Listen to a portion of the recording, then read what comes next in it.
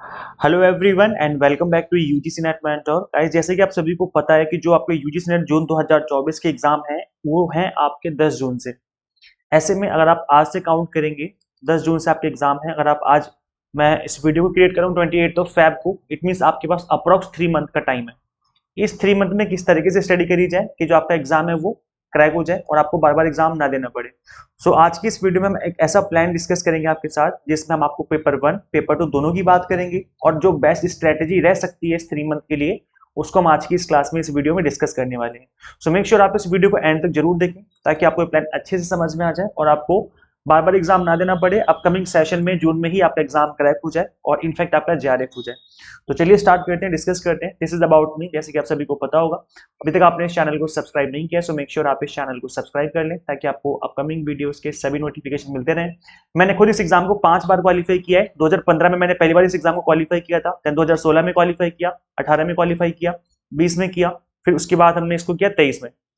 तो 20 में 19 में किया था, फिर उसके बाद 23 में किया। तो गाइज ये जो एग्जाम मैंने दिए हैं रिसेंट ईयर्स में और इन एग्जाम को देने के बाद जो मुझे पता चला कि किस तरीके से स्टडी करनी है ताकि एग्जाम क्रैक हो जाए, तो मैं आपको अपने एक्सपीरियंस के बेस पे आज के इस वीडियो में बताऊंगा, समझाऊंगा किस तरीके से आपको स्टडी करनी चाहिए, क्या आपका मास्टर प्लान रह सकता है। तो चलिए स्टार्ट करते हैं। गाइज देखिए, सबसे पहले हम बात करेंगे, दो पेपर होते हैं, पेपर 1 और पेपर 2।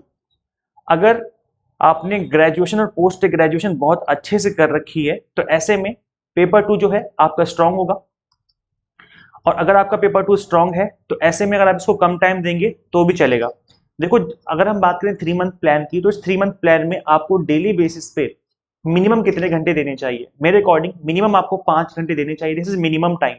5 घंटे आपको देने ही देने हैं। पेपर 1 प्लस पेपर 2 दोनों की बात कर रहा हूँ मैं। अब इस 5 घंटे को किस तरीके से आपको डेडिकेट करने हैं, को ज्यादा टाइम भी दे सकते हो आप, 6 घंटे, 7 घंटे, 8 घंटे, 10 घंटे, जितना भी देना आप दे सकते हो, बट मिनिमम आपको 5 घंटे देने ही पड़ेंगे। जिसमें पेपर 1 को आप 2 घंटे दे सकते हो और पेपर 2 को आप 3 घंटे दे सकते हो, क्योंकि पेपर 2 का जो सिलेबस है काफी लेंथी है। तो 3 घंटे आप पेपर 2 को दे सकते हो, पेपर 1 को आप 2 आवर्स दे सकते हो। अब अगर हम बात करें कि पेपर 2 आपका अगर स्ट्रांग है, ग्रेजुएशन और पोस्ट ग्रेजुएशन में आपने अच्छे से स्टडी कर रखी है, आपका सब्जेक्ट काफी स्ट्रांग है, तो ऐसे में आप इसको स्विच कर सकते हो। आप पेपर 1 को 3 घंटे दे सकते हो और पेपर 2 को आप 2 घंटे दे सकते हो। लेकिन ये आपको तभी करना है जब आपका पेपर 2 काफी स्ट्रांग है। अगर पेपर 2 काफी स्ट्रांग नहीं है तो मैं आपको ये रिकमेंड करूंगा कि पेपर 2 को आपको 3 घंटे देने और पेपर 1 को आपको 2 घंटे देने डेली बेसिस पे।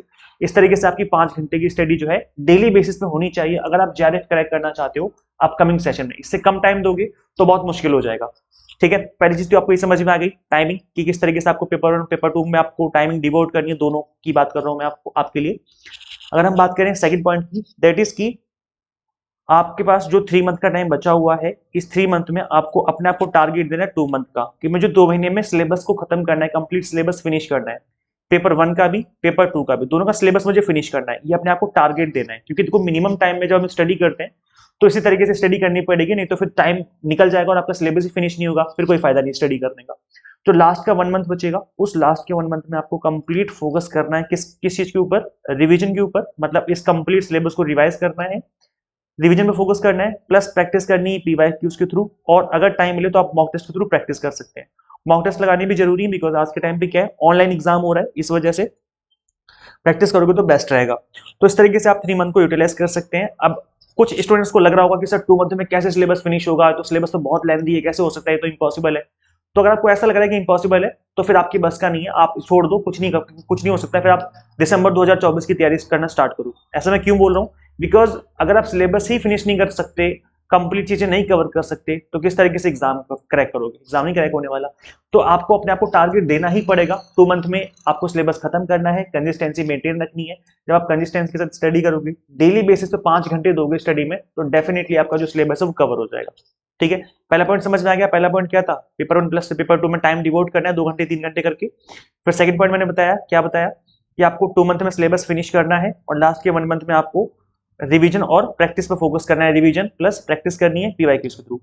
थर्ड पॉइंट जो कि आपको करना है, दैट इज इजी यूनिट्स और हार्ड यूनिट्स। देखो कुछ यूनिट्स ऐसी होती, चाहे पेपर 1 की बात करें चाहे पेपर 2 की बात करें, दोनों ही पेपर में कुछ यूनिट ऐसी होती जिसमें आप स्ट्रांग होगे। कुछ स्टूडेंट्स के थ्योरी पार्ट काफी स्ट्रांग होते हैं, कुछ स्टूडेंट्स के न्यूमेरिकल पार्ट काफी स्ट्रांग होते हैं, या हो सकता है कि पेपर 2 में कुछ यूनिट ऐसी हो जिसको आपने ग्रेजुएशन पोस्ट ग्रेजुएशन में काफी अच्छे से पढ़ा हो। जैसे टोटल 10 यूनिट्स होती है पेपर 2 में, तो हो सकता है कि आपने 2-3 यूनिट काफी अच्छे से पढ़ी हो। कुछ सब्जेक्ट ऐसे होते हैं जो कि आपके फेवरेट होते हैं, जो जिसमें आपने काफी अच्छे से स्टडी करी होती है। तो ऐसे में इन टॉपिक्स को कवर करने में ज्यादा टाइम अब जो है आपको नहीं लगने वाला, क्योंकि आपने ऑलरेडी काफी अच्छे से पढ़ा हुआ है। बस एक तरीके से रिवीजन ही करनी है आपको, और जो यूनिट आपने अच्छे से नहीं पढ़ी थी उन पे काफी अच्छे से फोकस करके पढ़ना है।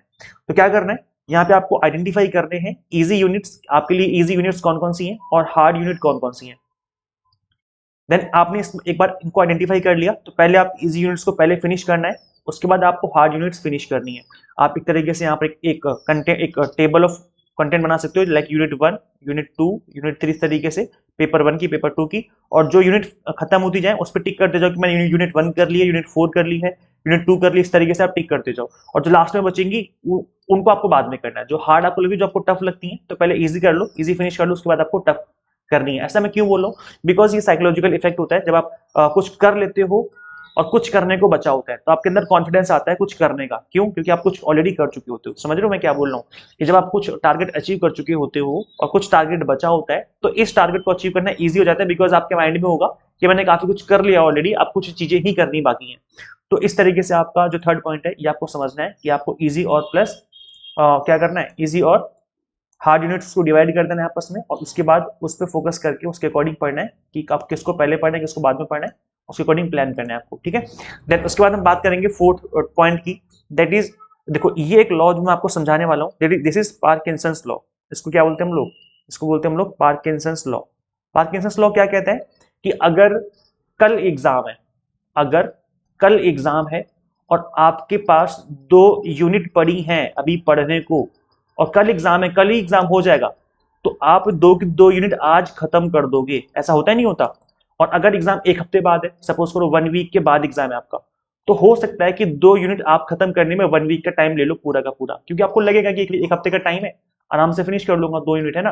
लेकिन अगर कल ही एग्जाम है तो दोनों की दोनों यूनिट आज रात में ही खत्म हो जाएंगी, कल तक यूनिट आपकी कंप्लीट हो जाएंगी। तो ऐसा क्यों हुआ? ऐसा इसलिए हुआ बिकॉज आपने अपने आप को टारगेट दे दिया। आपने क्या किया, अपने आप को टारगेट दे दिया कि भाई मुझे करना ही पड़ेगा 2 यूनिट, नहीं तो कल एग्जाम है, उसके बाद कोई फायदा नहीं पढ़ने का। तो बस यही करना है। पार्किंसंस लॉ यही कहता है कि अपने आप को टारगेट दो। जब आप अपने आप को टारगेट देते हो और तो उस टारगेट को अचीव किया जा सकता है। ठीक है, तो इस लॉ को थोड़ा सा अपने ऊपर, अपने माइंड में सोचो इस चीज को, और देखो कि जब आपने आपको टारगेट देते हो, जैसे मैंने अपने आपको टारगेट दे दिया कि आज मुझे फर्स्ट यूनिट खत्म करनी है, कुछ भी हो जाए, इससे पहले मैं सोऊंगा नहीं। तो अगर मैं इस तरीके से टारगेट देके रखूंगा अपने आप को, तो हो सकता है कि आज मैं दिन भर पढ़ूं और शाम तक मेरी जो फर्स्ट यूनिट है वो खत्म भी हो जाए। तो ये चीज तभी भी जब आप अपने आप को टारगेट दोगे। अगर अपने आप को टारगेट ही नहीं दे रहे हो, आपको लग रहा है ठीक है पढ़ लूंगा, हो जाएगा, कर लूंगा, तो फिर यूनिट खत्म नहीं होने वाली। अब 2 दिन, 4 दिन, 5 दिन निकल जाएंगे, यूनिट खत्म नहीं होगी।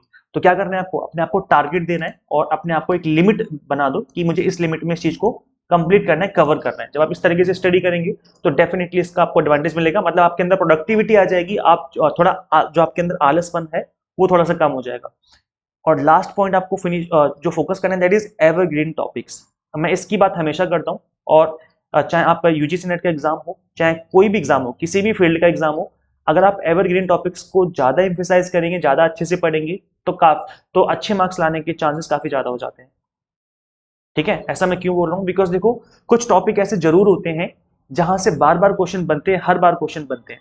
अगर आपको पता चल जाए कि बार बार क्वेश्चन बन रहे हैं इस टॉपिक के ऊपर, तो उस टॉपिक को आप अच्छे से फिनिश कर लोगे। ऑब्वियस सी बात है, उन टॉपिक्स को आप अच्छे से फिनिश कर पाएंगे, है ना। और उन टॉपिक्स को जब अच्छे से आप प्रिपेयर कर लोगे तो उस टॉपिक से अगर क्वेश्चन बनेगा तो उसका आप आंसर भी कर पाएंगे। तो इस चीज का आपको एडवांटेज मिलेगा। तो लास्ट में आपको फोकस करना है, ये मैं बता रहा हूँ लास्ट वाले मंथ की, लास्ट का जब 1 मंथ बचेगा तब आपको फोकस करना पड़ेगा एवरग्रीन टॉपिक्स के ऊपर। इनको ज्यादा अच्छे से पढ़ना है, ज्यादा एम्फसाइज करके इन टॉपिक्स को कवर करना है। तो गाइस ये 5 पॉइंट्स जो कि आपको अच्छे से समझने हैं। आप इस चाहे इसका स्क्रीनशॉट ले सकते हो, फटाफट से स्क्रीनशॉट ले लो। जब आप इसका स्क्रीनशॉट ले लेंगे तो बाद में इन चीजों को आप जो है समझ के कर पाएंगे कि मैंने क्या बोला था। देखो मैंने गाइस यूजीसी पेपर 1 के जो एवरग्रीन टॉपिक है, इसके ऊपर मैंने वीडियो बनाई हुई है, और गाइस ये कंप्लीटली 2024 की वीडियो, अभी रिसेंट वीडियो मैंने बनाई थी। जिसमें मैंने ऑल 10 यूनिट्स के एवरग्रीन टॉपिक बताए हुए कि कौन कौन से टॉपिक जो है वो एवरग्रीन है। तो इस वीडियो का लिंक मैं डिस्क्रिप्शन बॉक्स और कमेंट बॉक्स में पिन कर दूंगा। साथ ही मैंने कॉमर्स के ऊपर भी वीडियो बनाई हुई है, मैनेजमेंट के ऊपर भी वीडियो बनाई हुई है, इनके एवरग्रीन टॉपिक मैंने बताए हुए हैं, तो इनके लिंक भी मैं दे दूंगा डिस्क्रिप्शन बॉक्स और कमेंट बॉक्स में। आपका पेपर 2 कौन सा है आप कमेंट करके बताइए, हम कोशिश करेंगे कि आपके पेपर 2 के ऊपर भी एक वीडियो बनाई जाए जिसमें मैं आपको बताऊं कि आपके सब्जेक्ट के एवरग्रीन मोस्ट इंपॉर्टेंट टॉपिक कौन से हैं। सो आप अपने फटाफट से कमेंट कर दीजिए कि आपके कौन कौन से इंपॉर्टेंट टॉपिक है। अच्छा देखो गाइस, जो मैंने पेपर 1 के इंपॉर्टेंट टॉपिक बताए हुए हैं, इसके ऊपर इसके मैंने कुछ थ्योरी वीडियोस भी मैंने ले रखी है यूट्यूब पर, तो आप उनको भी कवर कर सकते हो। आप इसी चैनल के जाना प्लेलिस्ट सेक्शन में, जब आप प्लेलिस्ट सेक्शन में जाओगे तो वहां पे आपको दिख जाएगा इंपॉर्टेंट टॉपिक सीरीज करके, इंपॉर्टेंट टॉपिक सीरीज करके दिख जाएगा। आप उस सीरीज को फॉलो कर सकते हो जिसमें मैंने पेपर 1 के ऑल 10 यूनिट्स के जो एवरग्रीन टॉपिक उनको मैंने कवर किया हुआ है। तो ये चीजें आपको अगर इस तरीके से स्टडी करोगे तो डेफिनेटली अपकमिंग सेशन में एग्जाम क्रैक हो जाएगा। और अगर गाइस, अगर आप हमसे स्टडी करना चाहते हो, अगर आप कंप्लीट तरीके से एग्जाम टारगेटेड स्टडी करना चाहते हो मिनिमम टाइम में, तो ऐसे में हम आपको एग्जाम टारगेटेड स्टडी करवा रहे हैं। Exam targeted in the sense कि जिस तरीके से एनटीए क्वेश्चन पूछता है उस तरीके से चीजों को हम आपको प्रिपरेशन करवा रहे हैं। So paper 1 commerce management and political science की तैयारी हम आपको करवा रहे हैं। यहाँ पर 100 मॉक टेस्ट भी है प्रैक्टिस करने के लिए, पीडीएफ नोट्स है जिनको डाउनलोड करके आप मल्टीपल टाइम रिवीजन भी कर सकते हो। तो गाइज, फी स्ट्रक्चर क्या है, काफी सारे स्टूडेंट्स के ये दिमाग में आता है कि सर फी कितनी चार्ज की जा रही है यहाँ पर। तो जो 3 मंथ की फीस है वो ओनली 2,999 है पेपर 1 की, 6 मंथ की है 3,999 एंड 12 मंथ की है 4,999, जिसमें आपको पर्सनल गाइडेंस भी मिलती है टाइम टू टाइम। इसके अलावा अगर हम बात करें कॉम्बो कोर्स की, paper 1 plus paper 2 combo course, तो जिसकी फीस है 4,999 फॉर 6 मंथ, ये 6 मंथ की वैलिडिटी के साथ है। इसमें आपको एक्स्ट्रा 10% डिस्काउंट मिल रहा है, सभी जितने भी कोर्सेज सब पे एक्स्ट्रा 10% डिस्काउंट मिल रहा है। आज 28 फरवरी, आज और कल 2 दिन आपको एक्स्ट्रा डिस्काउंट देखने को मिल रहा है। आपको सिंपली कूपन कोड अप्लाई करना है जून 10, ये कूपन कोड है। जैसे आप इस कूपन कोड को अप्लाई करेंगे फीस ऑटोमेटिकली रिड्यूस हो जाएगी। ये जो ऑफर है वो 29 फरवरी यानी कल मिडनाइट तक अवेलेबल रहेगा, तो आप इनरोल करके अपनी तैयारी स्टार्ट कर सकते हो। किस तरीके से इनरोल करना है, सिंपली गूगल प्ले स्टोर से आप एग्जाम मेंटर ऐप इंस्टॉल कर सकते हैं। अगर आप iOS यूजर है तो उसका लिंक भी आपको description box and comment box में देखने को मिल जाएगा। सो इस ऐप को इंस्टॉल करके अपनी जो तैयारी स्टार्ट कर लीजिए exam targeted. Thank you so much for watching this video. Share this video with all NET aspirants and subscribe for UGC update and assistant professor job updates. Guys, मिलते हैं फिर नेक्स्ट वीडियो में। Till then keep watching UGC NET mentor. Thank you so much.